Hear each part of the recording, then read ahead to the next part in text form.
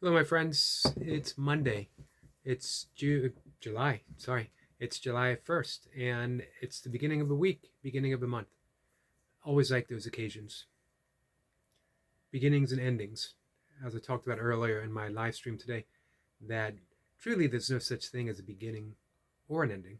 It's just one thing endlessly, ceaselessly, um, becoming another and another and another, infinitely so. A moment. Uh, Robert Saltzman, who is the author of the 10,000 Things, and depending on no thing, likes to call it a once upon once upon. Nothing is ever truly the same. It's always shifting, always in the state of becoming. So we don't really have that separation of June and July. It's a concept, a thought concept of one thing seeming to turn to another, one month becoming another, when in reality it is just the seamlessness of life being expressed.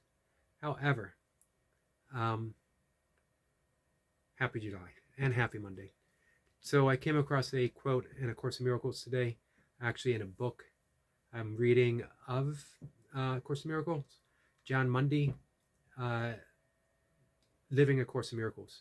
Wonderful book. Another book I've had for a very long time since it came out in hardcover, 2015, and I'm just now getting back into it because, I guess it's been a month or so after the course being not on standby because I see how it's been working through my life.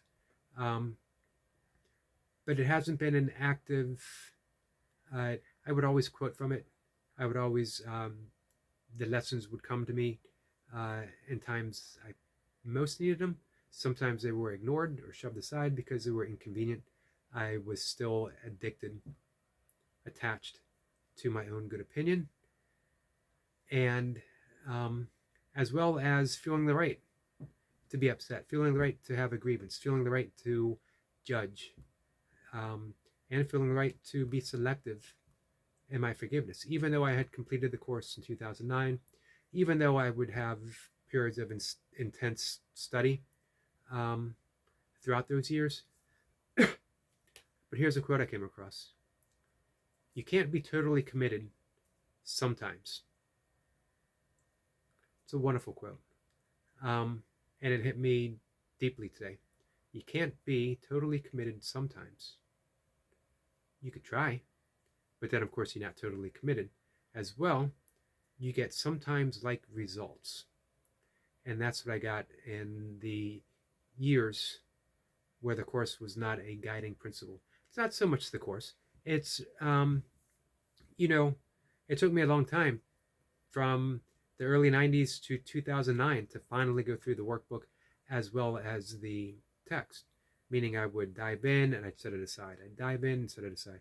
Of course, because I was reading it from an egoic level, the ego does not in any way want to diminish itself, let alone um, cease to be.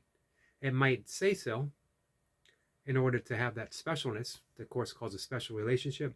The ego wants to feel special, and it wants to feel that it's in charge, and it wants to feel that it is the only thing that is a guiding principle in our life.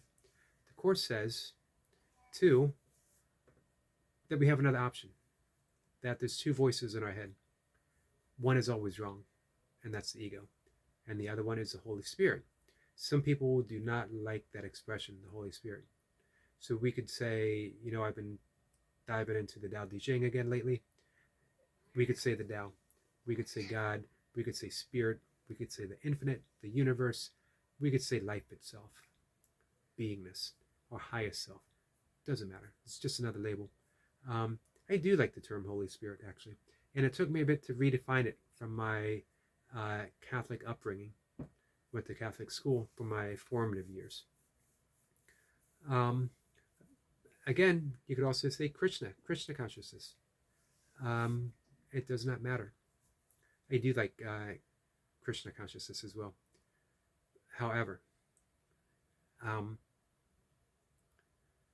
what I discovered, what hit me, you can't be totally committed sometimes, is that's how I approached my life, and that's why I occasionally got true and deep moments of peacefulness. And I got long stretches of where it was just on that surface. You know, I have a long-standing uh, yoga and meditation practice, breathwork practice, um, decades and decades, and that goes a long ways. Um, However, it is the course that called me because of some uh, personal, let's say, disturbances. One of which is being monetized on YouTube and attempting to build a YouTube community and income. I'm going to earn an income on YouTube, however small, um, because I don't need much. And I want to do it by my own means of creativity. This is a time in my life where I have some things that have worked out nicely that I hope to be able to live a very quiet, contemplative, creative life. We'll see. However, as any new endeavor, things come up. Life happens. Was it John Lennon who said, man makes plans and God laughs? And that's probably true in a allegoric or allegoric sense, or is it a metaphor? It doesn't matter. So, you know, you do these live streams,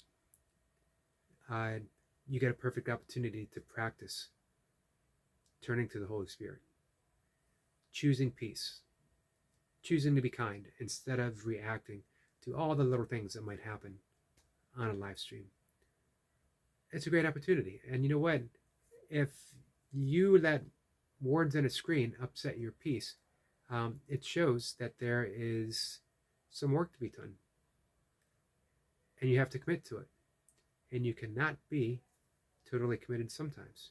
And that's why the Course was calling me. That this is it. This is the time to truly dive deep into that, into the infinite pool of peacefulness. This is the opportunity. And I'm committed, totally committed. One of the things the Course says that I absolutely love is that we are all teachers. We're all teachers of love. And that we teach what we most need to learn. That used to not sit with me quite so well. Who's to tell me what I need to learn? That's for me to decide. And of course, it isn't for me to decide. It's not for the ego to decide. It is for the Holy Spirit. It's for love to decide. Teach only love, because only love is real. That's my commitment. Totally. It is totally my commitment. Not sometimes, but all the times. So if anyone ever wishes to join, hey, we just show up. I talk about the Course. I talk about it in my live stream, as well as meditation and breath work and other stuff. We just hang out. But I'm doing a series of videos of just talking off the cusp, this close to saying cup, about the things that are surfacing for me right now.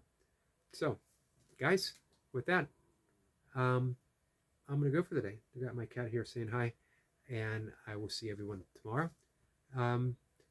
If you don't mind, like, share, leave a comment, just say hi. Very much appreciated. Take care, guys.